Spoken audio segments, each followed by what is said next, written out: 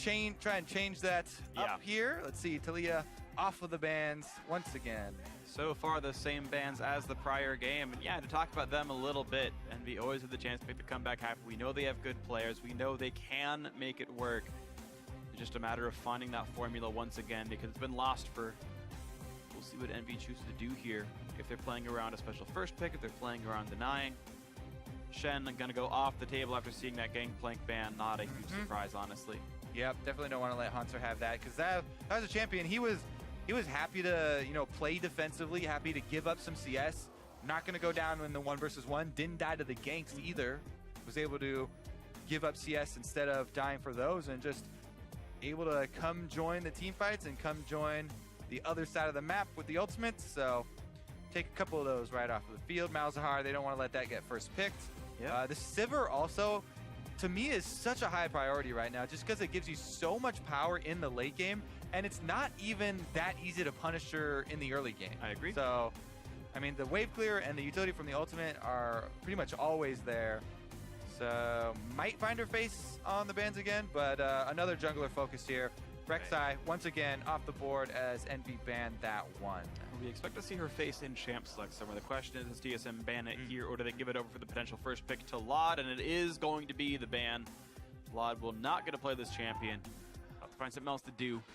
And now it's time for Envy to make the first pick. And looking at champions left on the table, Vladimir was one of them. And that gets grabbed right away. Yep, definitely one of the most banned champions against him as well. Good in many compositions. I'm really curious to see what the summoners will be for him, to see if it is the ghost for the extra team fighting. But as we highlighted last time, and as we usually highlight in Envy games, Karma is such a high priority for them.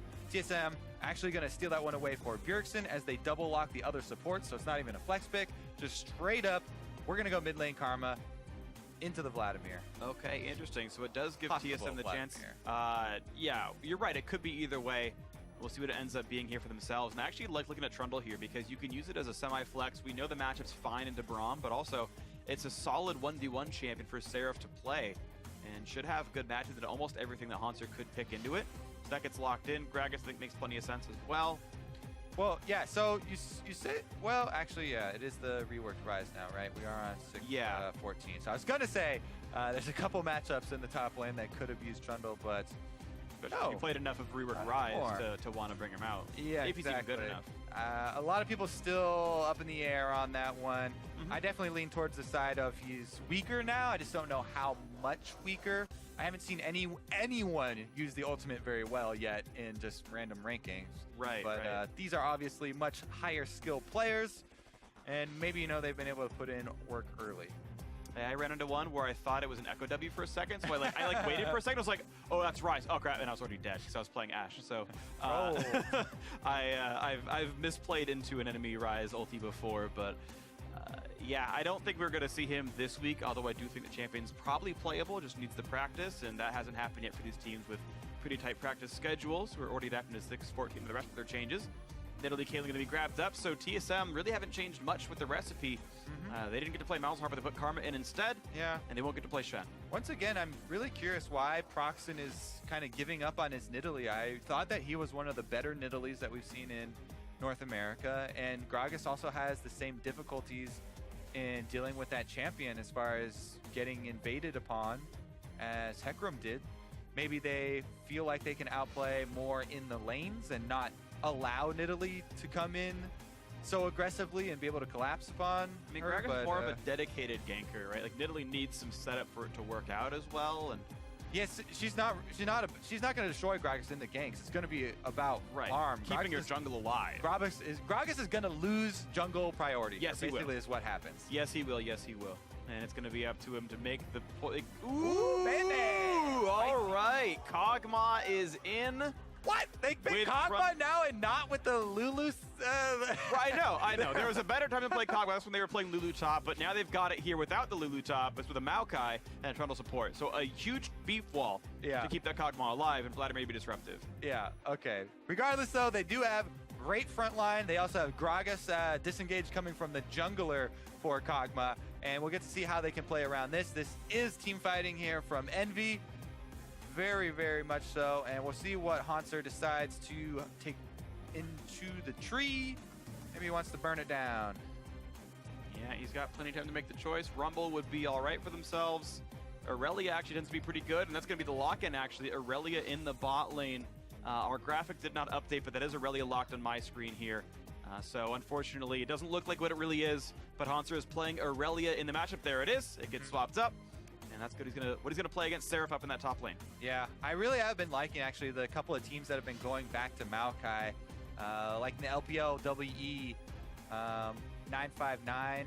Really strong game that they were able to take off of RNG, and just going back to this very secure team fighting strategy where you've got a huge front line, you've got Kog'Maw behind you, dishing it out, and Kog'Maw early spiking now. You know, Wit's End is so cheap on him. You get Wit's End, then you can still get Runons and split multiple targets. It's just so many on-hit options. Yeah. We'll see if Envy can actually use that mid-game, because it is definitely mid-game, more so than, you know, you don't want to go late-game heads up with Caitlyn. It is playable. Like, compared to when we used to see Kog'Maw in Spring Split, his late game is better than it was back then. Yeah, people still have this old notion, though, of, like, late game Kog'Maw. Oh, the insane, like, he's the super late. Yeah. Yeah. We need to, like, shift people's thought process about how to think about those AD carries. Yeah, he's not full Jinx Caitlyn status. He's very mid-gamey. Yeah. He does have some late game. We'll see how it lines up, but he's less safe, which means you can always pick that guy off, which makes the late game worse when it comes down. But we are here for game 2 with Lod bringing out Kog'Maw for himself to try to make it happen now for Team Envy. TSM picked away what they could. They've got some nice matchups around this map. Got to counterpick both solo lanes, got to grab that Caitlyn Braum once again, and they're hoping to make this a 2-0 to keep their hopes alive, to tie Immortals back in first place for that inevitable showdown next Friday, which should be the battle for first. But Envy hoping to keep their season afloat right now, because teams are catching up to them in the standings. They could sure use some wins. Not sure if the cheers were for this game or for the next week face-off with Immortals. Will be good. Super hyped for that one. Couple of cheers for Biofrost. And they are doing a positioning for an invade, at least, for TSM. 5 man. Check this. Yeah. It's going to be over a ward, so Envy will probably just make the opposite move on the other side of the map and go get their lane swap wards down to check it out, as TSM do move in to get theirs. All right, Lod's going to be okay. He'll see the ward come down. I don't think he's going to get dived. Can he kill it? Nope, didn't do it in time. Could have theoretically killed that ward, though, with the W attack speed. Yeah, plus, didn't have to give up his position. They knew that he's on the other side of the ward now. He is going to recall anyway and try and fake them out a little bit, but...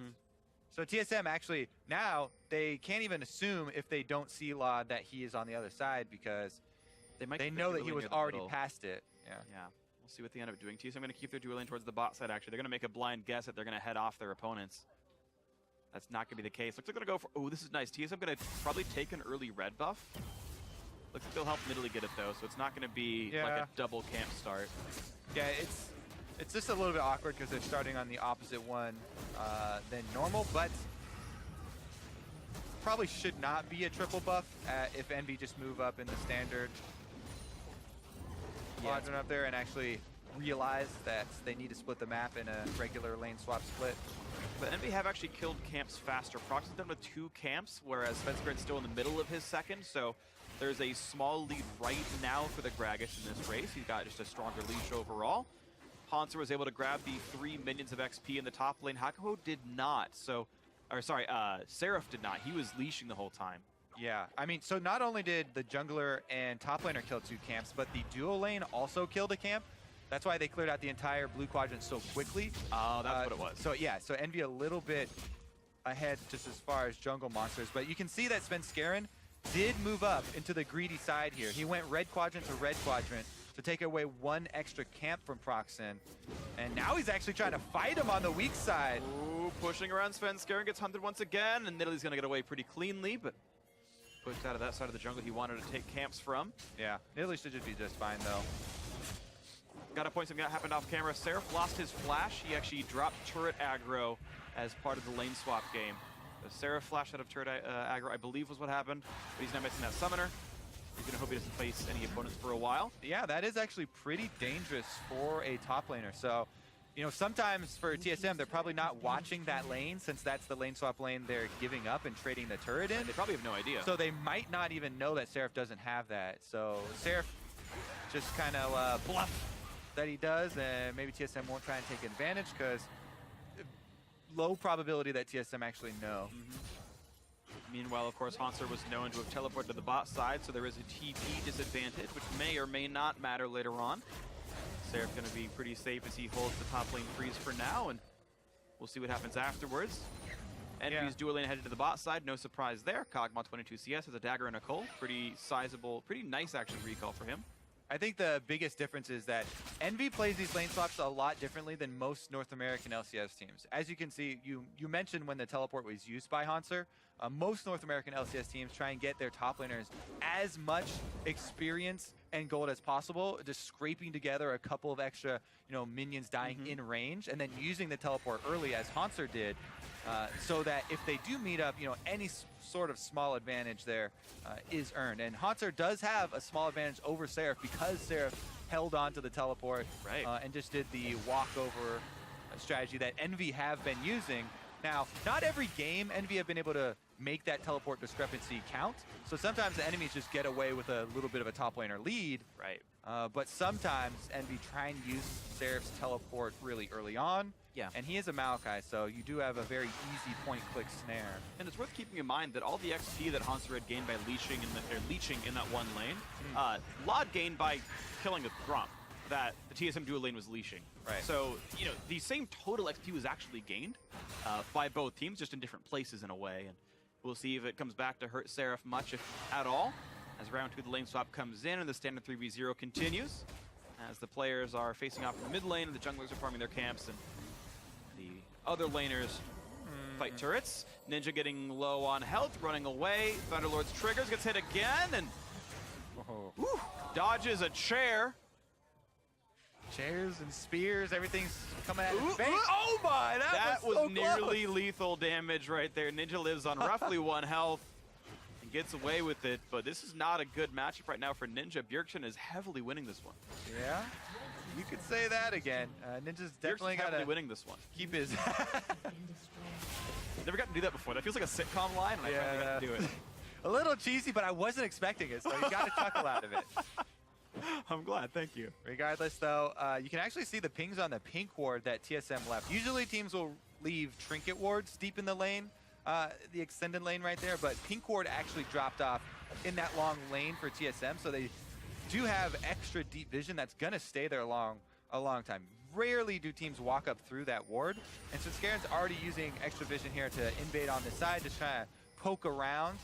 There are way more members as Envy have swapped this to their strong side, duo lane going up here. But Svenskaren's still trying to poke around, see if he could fish for any steal on the Wolf camp. Able to get a little bit away, but Proxen very happy that he's keeping up here on the Gragas. Yeah, and honestly, gold-wise, he's identical to Svenskeren. Sven himself has more XP. He leached some from mid when he went for some of the earlier pressure, so he's level 6 to 5, but gold-wise, they're the same. Yeah. I think the main thing is that TSM, though, Svenskeren, he can go down to this red quadrant. Because remember, this is the lane swap where strong side for Envy, or for TSM, is on the bottom. Right now, he's getting ganked on top, though, for Seraph. And it's through a huge minion wave. Seraph was not able to fight back. Yep, too many minions. But anyways, I'll return to the jungle point because TSM, while it looks like Svenskeren was clearing his own side of the jungle, he's actually clearing the lane swap side that's strong for Envy. And now he's moving into the red quadrant. So there are 3 camps extra for him to pick up. And he can pull ahead of Proxen, but he's actually standing on a ward right now, wasting some time. Oh, I think he did pass through it because he walked this pathway to get down there. So they know he's there. They just couldn't continue to see his position. This would be a hard dive to make work, honestly. Level 5, Kog'Maw gets away from the javelin. That could be enough, but now Bjergsen's here. The dive out of the turret, and Lod will get picked off. A well-executed dive. Now, how much more can they get? Seraph is in. Can he find a route? No, it's actually the minions that have aggro. Body slam flash gets blocked, and Proxen can't get in. That's 3-0 for TSM. Maybe it's going to be Forrest Seraph running for his life. Burden gets cut down for Timber. 4-0 TSM.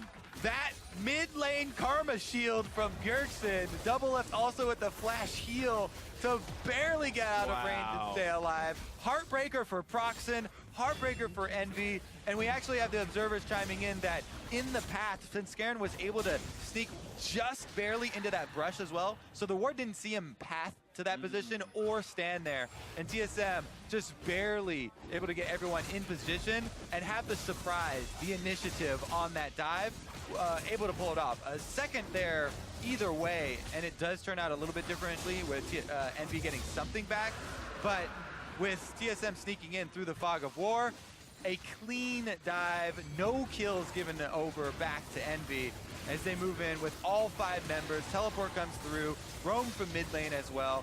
Doublelift is tanking and does get hit by the Kog'Maw passive, but flashes to the other side. Body slam can't get the distance. I'm not even sure he landed it. No, yeah, he couldn't get the distance there as tried to flash in for it. Needs to eat a couple more cheeseburgers, gain some more hitbox width on his body. But Doublelift stays alive. And no problem there for TSM. First early aggressive, that's the kind of the risky move for TSM that they take in the early game. Now all their consecutive invades are going to be a lot, dive. Yeah, it's going to be a lot less risky because they have this gold lead to work with. They got so much out of that. Extra turret lead, kills on everybody but the support, so that went pretty much perfectly for them. Well, this looks pretty good for TSM. Everyone's got the same scoreline basically, and Envy running out of options about as fast as they did in the first game. Yeah, I mean, with Hauntzer freezing up top, they pretty much can only go for the Rift Herald as the Drake was taken by TSM afterwards as well. And Rift Herald is extremely strong now. It takes a long time to take. Ninja actually the one taking a beating here. Rooted, stunned, running low on health, but he's gonna get the empowered Q and heal back up okay against Biofrost. Thanks, buddy. All right, they're gonna be okay, but yeah, TSM, 3,500 gold lead already. The jungle matchup didn't seem to mean too much. It was the fact that they pushed in the bot lane, went for the dive, and Svenskeren himself was able to sneak in really nicely. Now Doublelift with a trophy in front of him. He's had one of those before. They know he has no summoners, so he's pretty screwed here. Into the explosive cast. Nets away a little bit. Can they give the kill over? They're not even going to get the assist to him. Lob with no extra money. I mean, it is a small amount considering the big play that TSM just made on the bottom side, so they're not too worried about that mistake. However, TSM as a team are always looking at the one little thing to improve on. Even if they win the game, that is something that has happened in both games in this series to Doublelift, and they will definitely take note of that for later. Not too big of an issue for this particular game, as they got such a giant lead previously. Yeah, but probably doesn't lose in the series by any means. But definitely something to iron out. If that game weren't 4-0 and you made that play, well, now you're losing the game, and yeah, definitely an issue you can look at either way. Here we go, Rift Herald, clean pickup. Hauntzer grabs that. And it's gonna make his matchup even easier. Already up 20 CS and 2 levels. Yeah, you're like chiming two, like yes. Yes, he's up quite a lot. And he'll probably continue to do so.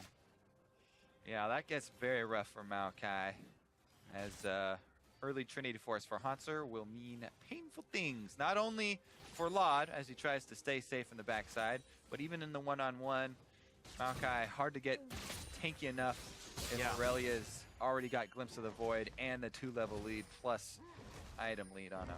Right, I mean, Seraph could try to tank up, but Hauntzer does true damage, and you know, it's super effective against damage reduction. I feel like he'll do pretty well for himself on this one. 30 minions now, the advantage almost. And there was a stupid Pokemon joke within that super effective line that you had, but I'm not going for it. That was the point. You're baiting me with it. I'm not going for it. His name is Hauntzer. Pokemon jokes are flavor of the week. Yeah. Staying out of it. Steel type versus plant type. Here we go. Nice jump over the trophy, and Svenskeren's going to be okay. Looking for the take on this red buff, and Italy trying to chomp down. Gets it. Nicely done, Svenskeren. Now it's on a Proxen. Oh. A bunch of projectiles all trailing behind him. This time he gets away. I turned into Mario there for a second. Proxen's able to get out of door number 2 here. Has Hauntzer in it, though. What's he going to do? 2 versus 1. He's going to try to kill Proxen. Flash the chase. One more kill. ER auto crow. He's not going to get him quite yet. Slowed down by Seraph. Proxen, be careful. If Q comes up, he's dead. Q's up. Q's up. Proxen would die to him. Yeah, Proxen's baiting. He's staying just outside of Q range, though.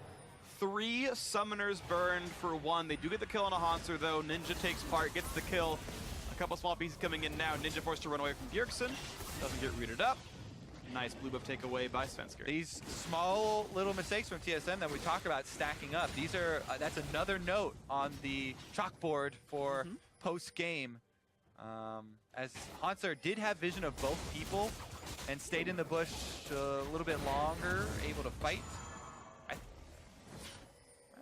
He did get that, right? Yeah, okay.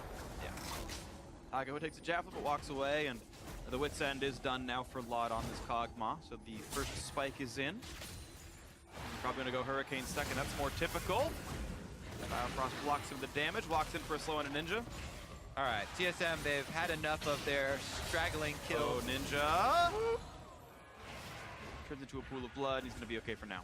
Yeah, they've had enough of these small little mistakes stacking up. They don't want to give away any more. So back to serious game plan here. Siege up, have Hauntzer. He's got his Trinity Force. He's got Glimpse of the Void. Oh, actually, he's joining mid. They might just try and fight this mid turret as it's about to go. Oh! Ninja. Whoops! There's another pool of blood there, Freak. Yeah, he thought he had the heal from Hemoplague coming in, but then took a bunch of poke right at the end and misjudged his durability. That is a sad death. Whoops, the daisy. Yep. Anyways, TSM very happy to come away with that kill. They can return for the turret later because they have Caitlyn for the traps you lay down during your siege, long range auto, also easy to hit. Then they have the poke coming in, Karma and Nidalee, and Braum can even protect your minion wave. So this is such a great siege, four-man squad, and nothing will change with that plan as far as how they want to finish out the game. Hauntzer does have his Trinity Force, as we mentioned, so he's fine in the 1 versus 1 up there. Will gain pressure there as well. And they stack up with Drake number 2.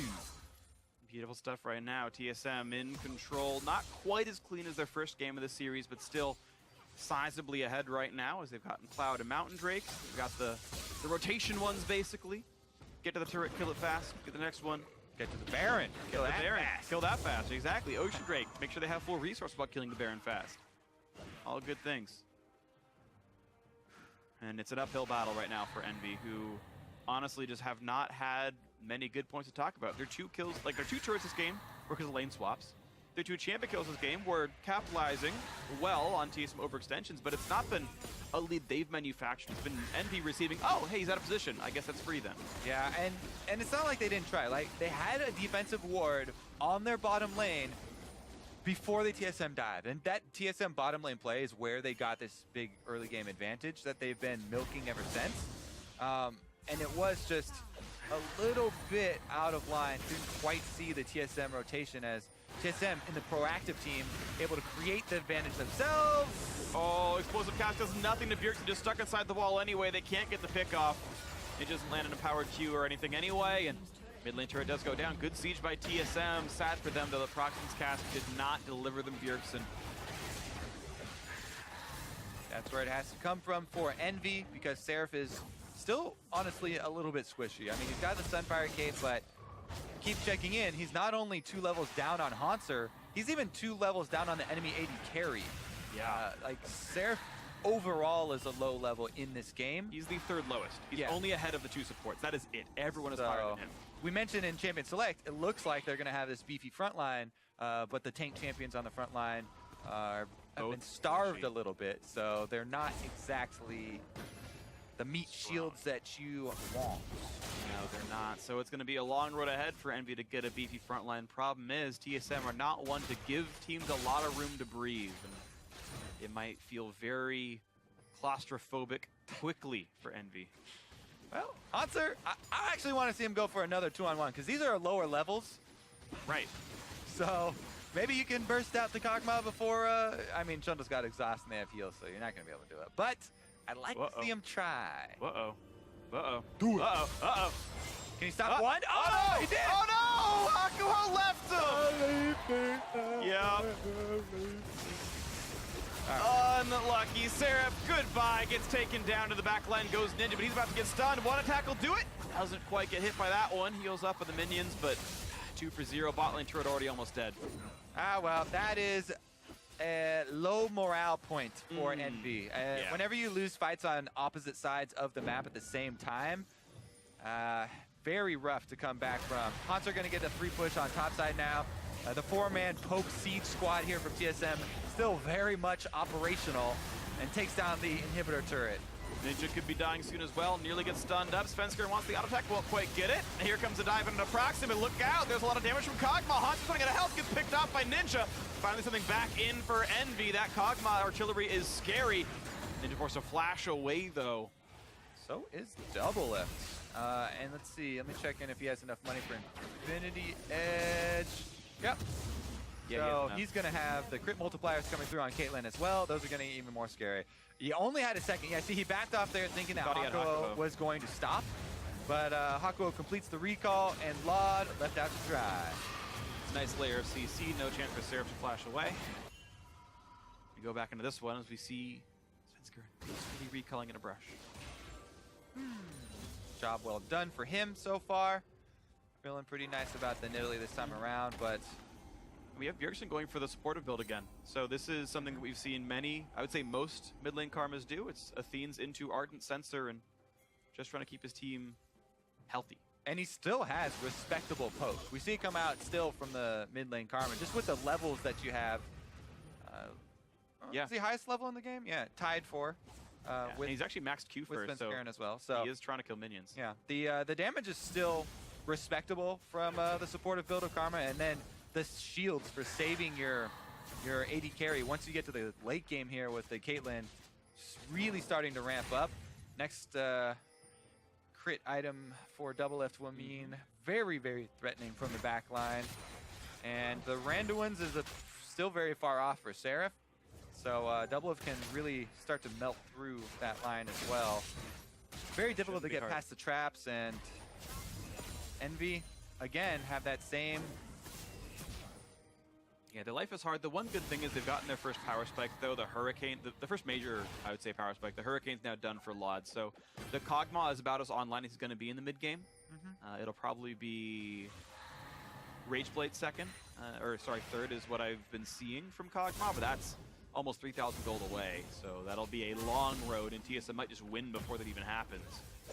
Yeah, considering Hauntzer is pretty scary on this Aurelia at the moment too. Going to be hard to peel him, and he's, what was it, 3 or 4 shots on Laud last time he was able to kill him. I think it was 3 if you don't count each ult activation as a shot. There's actually a great quote from EnvyUs about this. He says, he's like, I figured out how to deduce whether Aurelia can kill you if she dives you or not.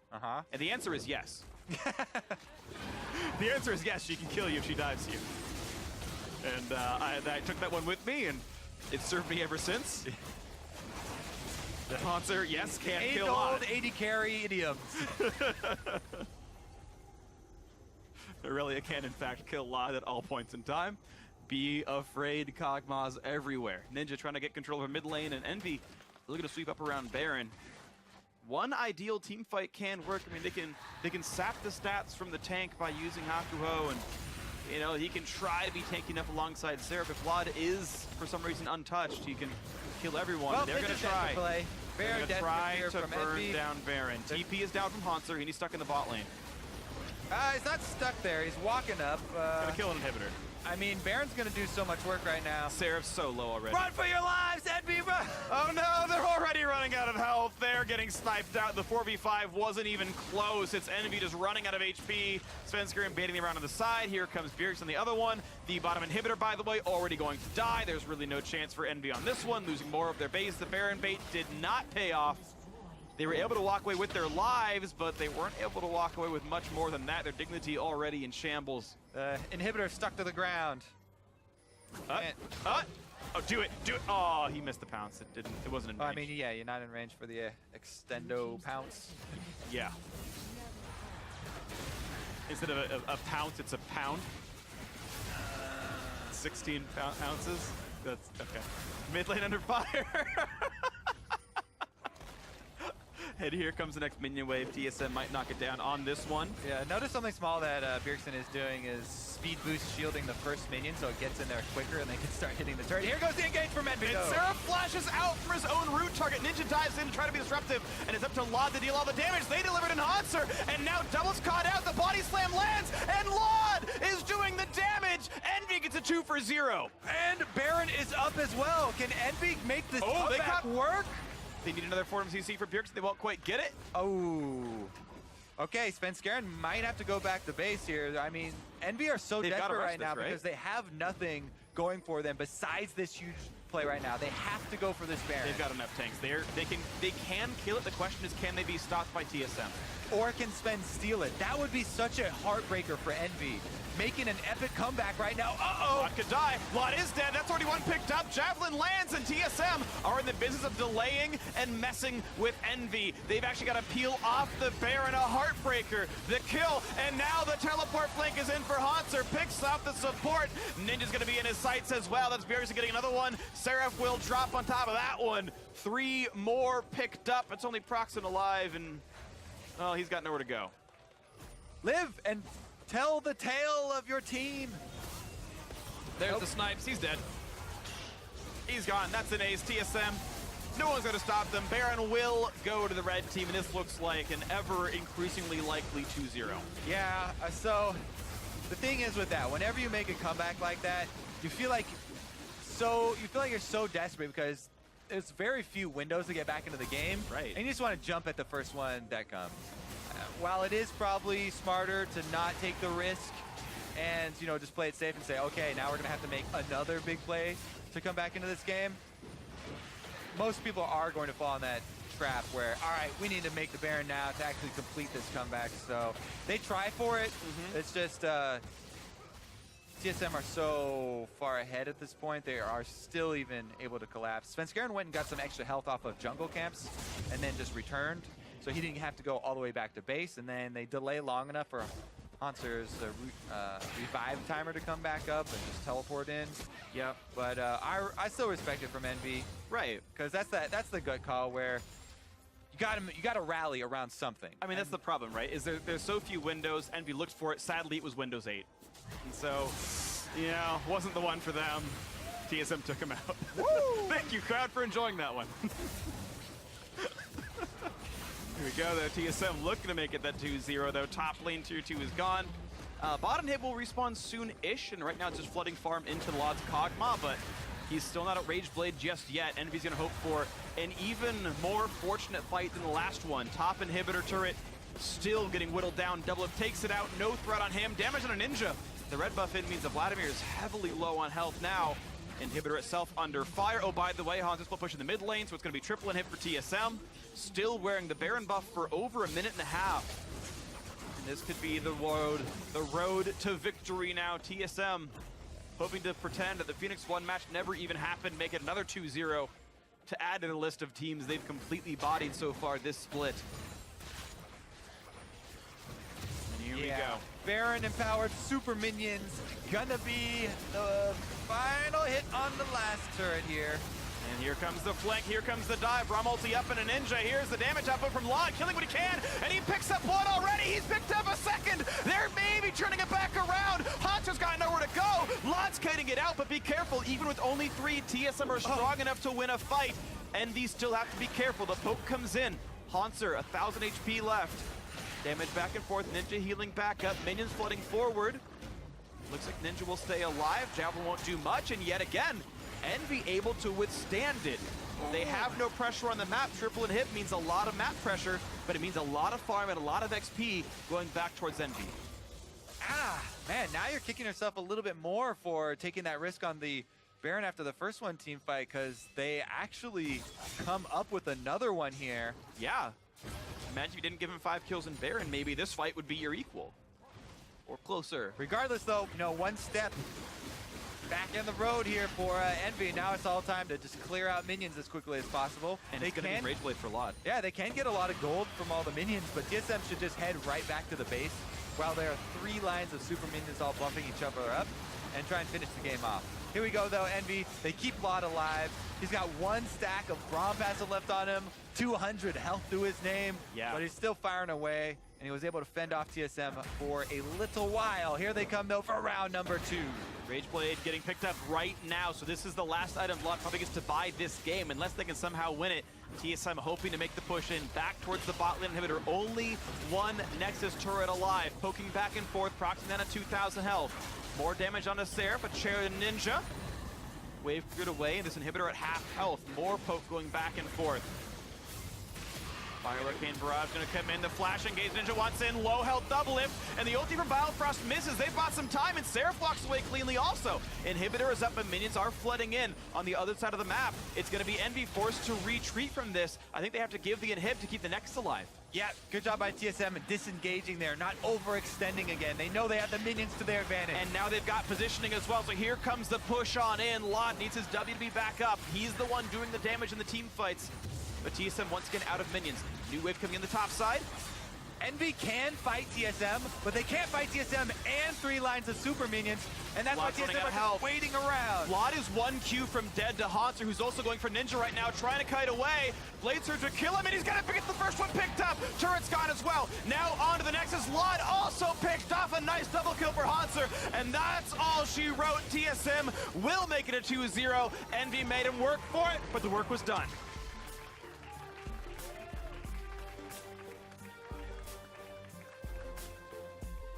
TSM